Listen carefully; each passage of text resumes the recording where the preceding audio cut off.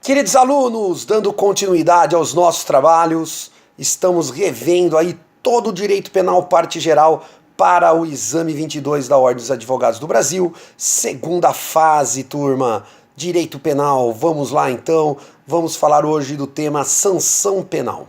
Para quem não sabe, turma, o direito de punir, conforme nós já estamos falando desde o primeiro bloco aqui das nossas aulas de revisão, ele é único e exclusivo do Estado, certo?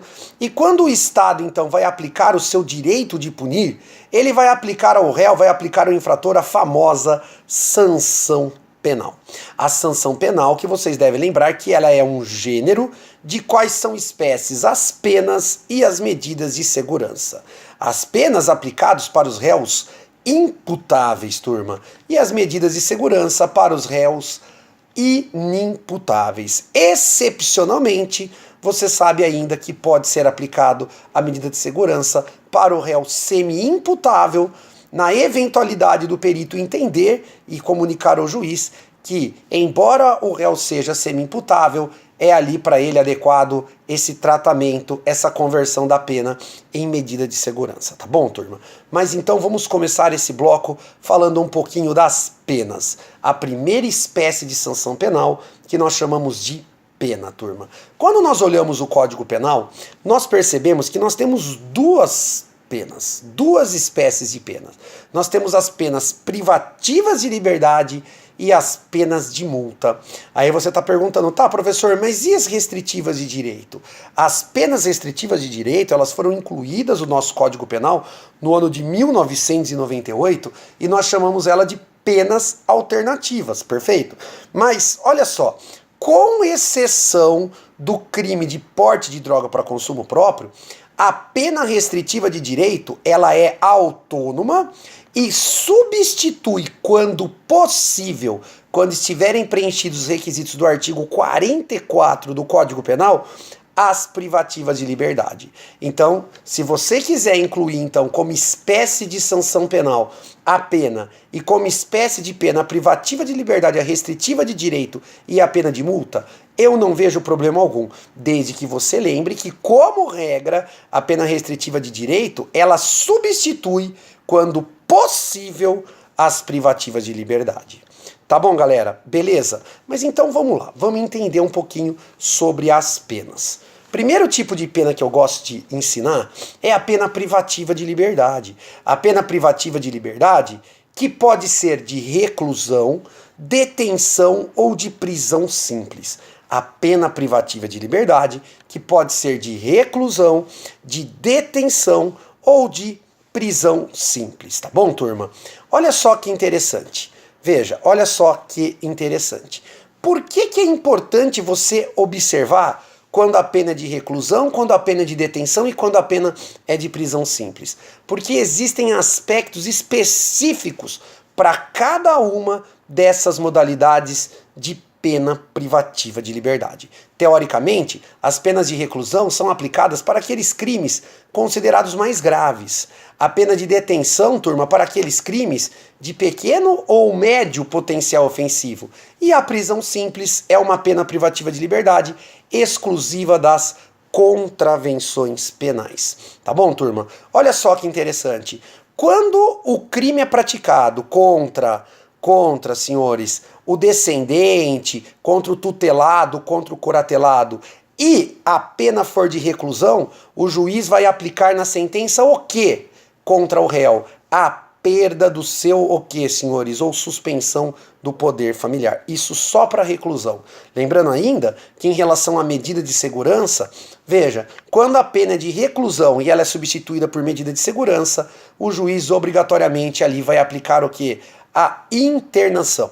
Pela jurisprudência do STJ, excepcionalmente, o juiz pode aplicar aí uma pena de tratamento ambulatorial para as penas de reclusão convertidas em medida de segurança. Porque, como regra, reclusão, internação, detenção, tratamento ambulatorial. Tá bom, turma? Mas fora isso, o que é mais importante para a segunda fase? O que pode cair como peça ou como questão, turma? Os regimes iniciais que cada modalidade de pena de privativa de liberdade comportam. Por quê? Olha só. Olha só que interessante. Você sabe que quando nós falamos de regime de cumprimento de pena, nós temos os regimes fechado, o regime semiaberto e o regime aberto, tá bom? Veja, o que é pior para o réu? Qual dos regimes é pior? O pior regime é ele iniciar no fechado. Por quê? Porque daqui a pouco eu vou falar um pouquinho de progressão de regime, o nosso sistema progressivo, o nosso sistema inglês, ali do artigo 112 da Lei de Execução Penal.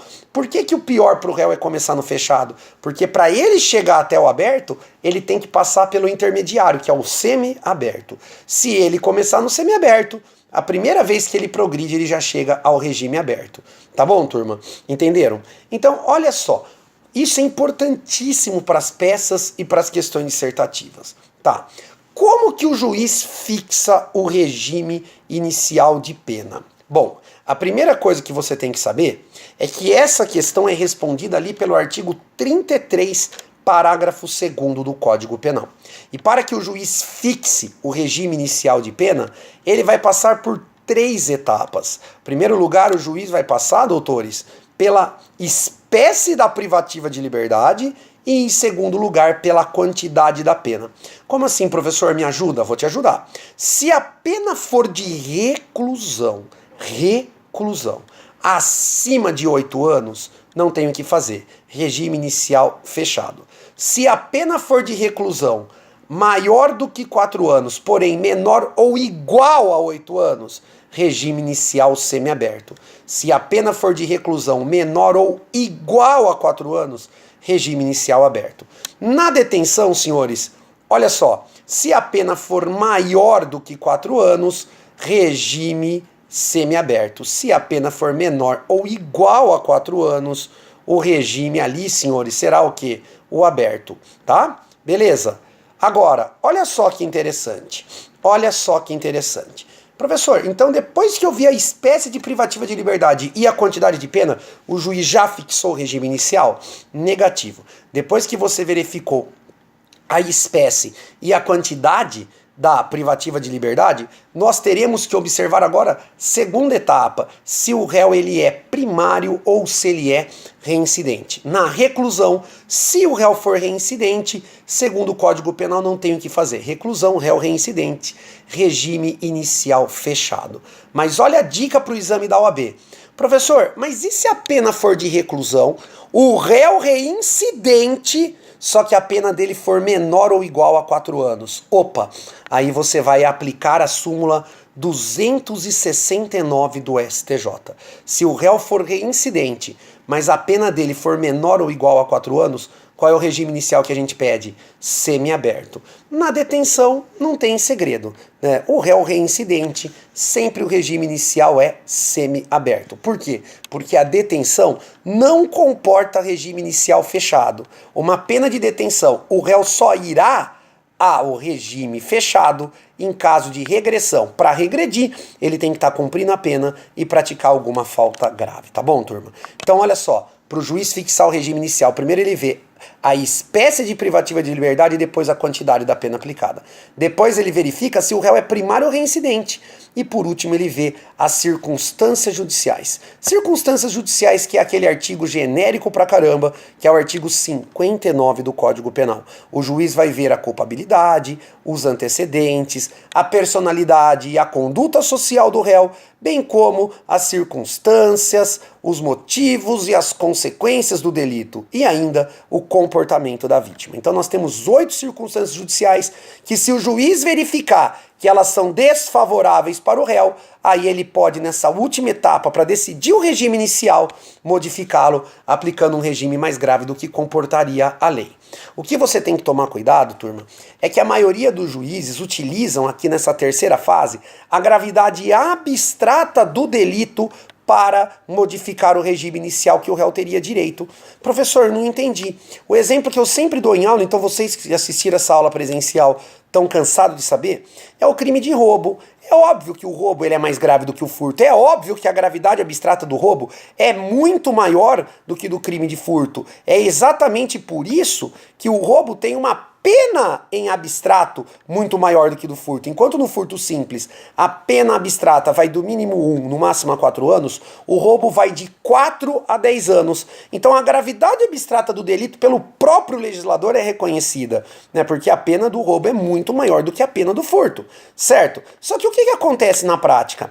Um réu, quando ele é primário, ele comete um roubo, vamos imaginar ainda que ele estivesse armado. Então ele é condenado pelo roubo majorado pelo emprego de arma. Se você colocar no papel, ó, 4 anos a pena mínima mais 1/3 na terceira fase da dosimetria, nós chegamos aí ao total de 5 anos e 4 meses. Ora bola, se a pena de reclusão ela está numa quantidade de 5 anos e 4 meses e o réu é primário, qual é o regime inicial que ele teria direito? Ele teria direito ao regime inicial semiaberto, mas a maioria dos réus que cometem esse delito começam a cumprir o regime inicial fechado. E é isso que a prova da OAB vai cobrar de vocês, esse raciocínio. Ué, é justo colocar o regime inicial semiaberto simplesmente porque o roubo, de fato, é um crime que tem a gravidade abstrata mais alta do que o furto, por exemplo? Claro que não. Para que o juiz possa modificar aqui nessa terceira e última fase de fixação do regime inicial para o cumprimento de pena, que são as circunstâncias judiciais do artigo 59, ele deve usar a gravidade concreta do delito, ou seja, ele tem que demonstrar que é necessário colocar um regime mais grave do que o réu tem direito, porque no caso concreto o réu é muito mais perigoso do que os outros, porque, por exemplo, ele batia na vítima, ele torturava a vítima enquanto assaltava. É diferente, turma, da gravidade abstrata do delito.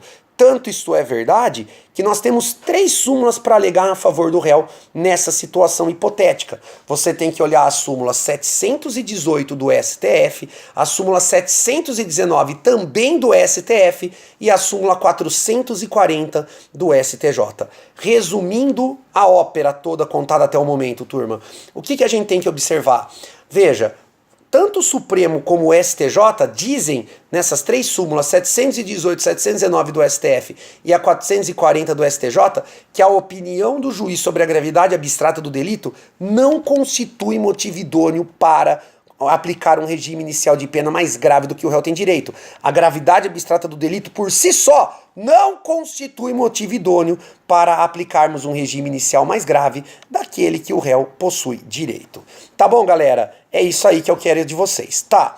E onde é que a gente fecha aqui o raciocínio da aplicação do regime inicial de pena? A gente fecha falando dos crimes hediondos. A OAB, doutores, adora essa questão. Se você abrir a lei dos crimes hediondos, a lei 8.072 de 90, mais precisamente no artigo 2º, parágrafo 1º, você vai observar ali na lei dos crimes hediondos que está escrito o seguinte, que para os crimes hediondos o regime inicial para o cumprimento de pena é obrigatoriamente o fechado. Nos crimes hediondos é obrigatório o regime inicial ser fechado. Tá, o que você tem que entender para escrever nas peças e nas questões do exame de ordem quando solicitado a esse respeito, turma? O Supremo Tribunal Federal, através do controle difuso de constitucionalidade, já declarou através de seu plenário que esse artigo é inconstitucional. Por que é inconstitucional? Porque ele fere o princípio da individualização da pena, que está ali, turma, no artigo 5º, inciso 46 da Constituição Federal. Então decore que o artigo 2º, parágrafo 1º da Lei dos Crimes Hediondos, ele é inconstitucional, decisão essa do Supremo Tribunal Federal, já que, doutores, atenção, fere o princípio da individualização da pena que está no artigo 5º, inciso 46 da Constituição Federal. Logo, mesmo se tratando de crime hediondo, o que nós vamos escrever na prova da OAB? Nós vamos escrever, vamos deixar claro isso para o nosso examinador, que mesmo se tratando de crime hediondo, nós devemos fixar o regime inicial de acordo com o Código Penal, mais precisamente de acordo com o artigo 33, parágrafo 2º do Código Penal. Então, mesmo que seja um estupro, por exemplo, se você perceber, após analisar a dosimetria da pena, que a pena do réu será mínima de 6 anos e ele é réu primário, qual é o regime inicial que você vai pedir para ele? Ué, reclusão, maior que 4, menor ou igual a 8. Se ele é primário, você vai pedir o regime inicial semi-aberto, alegando que o artigo 2º, parágrafo 1º da Lei dos Crimes Hediondos é inconstitucional, já que fere o princípio da individualização da pena. Tá bom, turma? Então agora nós acabamos de aprender como que nós devemos fixar o regime inicial de pena, tá bom? Lembrem, primeiro o juiz vai ver a quantidade da pena e a sua espécie, depois se o réu é primário ou reincidente, e por último as circunstâncias judiciais, dando esse toque para vocês ainda do que, doutores? Dando toque ainda a respeito da Lei dos Crimes Hediondos. Para terminar a fixação do regime inicial, eu gosto sempre de lembrar um artigo que nunca caiu na segunda fase da OAB. Até o exame 22, se eu não estiver enganado, ele só caiu uma única vez na primeira fase como questão de múltipla escolha. Então você também tem que olhar, turma, para fixar o regime inicial menos grave para o seu cliente, buscar esse regime inicial correto e de preferência menos grave para o seu cliente. Eu sempre gosto de lembrar do artigo 387, parágrafo 2º, agora do Código de Processo Penal. Artigo 387, parágrafo 2º do Código de Processo Penal. Tá, professor, o que significa isso? Vamos lá, galera. Quando a gente olha o artigo 387, parágrafo 2º do Código Penal, nós percebemos que é um artigo que foi incluído no CPP no ano de 2012, porque ele traz a possibilidade de detração na sentença.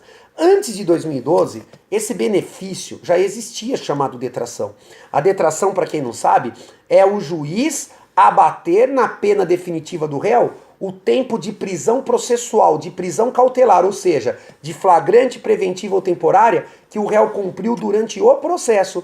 Mas que juiz que deveria fazer isso até 2012? Apenas o juiz da execução criminal. No ano de 2012, o legislador trouxe a possibilidade de aplicar a detração na sentença pelo juiz que proferiu a sentença, pelo juiz de primeira instância. Como assim, professor? Não entendi. Vamos imaginar naquela situação. Lembra que eu pratiquei um roubo, eu estava armado. Como eu sou primário e a minha gravidade concreta, o caso concreto não tem gravidade nenhuma, fora a gravidade abstrata que já existe pelo crime ter sido de roubo, um crime que possui violência ou grave ameaça contra a pessoa, por natureza, pela sua essência, por ser elementar do tipo penal, veja, eu teria direito de regime inicial semiaberto, certo? Mas olha só, se a prova falar que eu estou preso aguardando essa sentença há 2 anos, o que você vai pedir para o juiz na sentença? Você vai pedir para o juiz na sentença que ele reconheça a detração. Se você tirar 5 anos e 4 meses menos 2, qual é o total de pena que eu tenho ainda para cumprir? 3 anos e 4 meses. 3 anos e 4 meses? Então você vai pedir a fixação do regime inicial aberto, por esse benefício maravilhoso que se chama possibilidade de detração na própria sentença. Lembrando que a detração é o abatimento na pena do réu do período que ele ficou preso processualmente, ou seja, prisão cautelar, ou seja, prisão em flagrante, preventiva ou temporária. Tá bom, turma? No próximo bloco eu volto com vocês, vou falar do artigo 44 do Código Penal, vou falar da substituição da pena privativa de liberdade por restritiva de direito e vou falar ainda também da suspensão condicional da pena do artigo 77 do Código Penal. Vamos estudar, galera? Esse vídeo ficou um pouco mais curto do que o comum, mas o importante é que você assista quantas vezes for necessário, vai ficar salvo aí para vocês. E eu tenho certeza que esse vídeo vai ajudar muito na elaboração das peças e das questões. Qualquer coisa você sabe onde me encontrar, contato@professortiagoperes.com.br. Nos vemos aí na próxima aula. Fiquem com Deus, continuem estudando e tchau!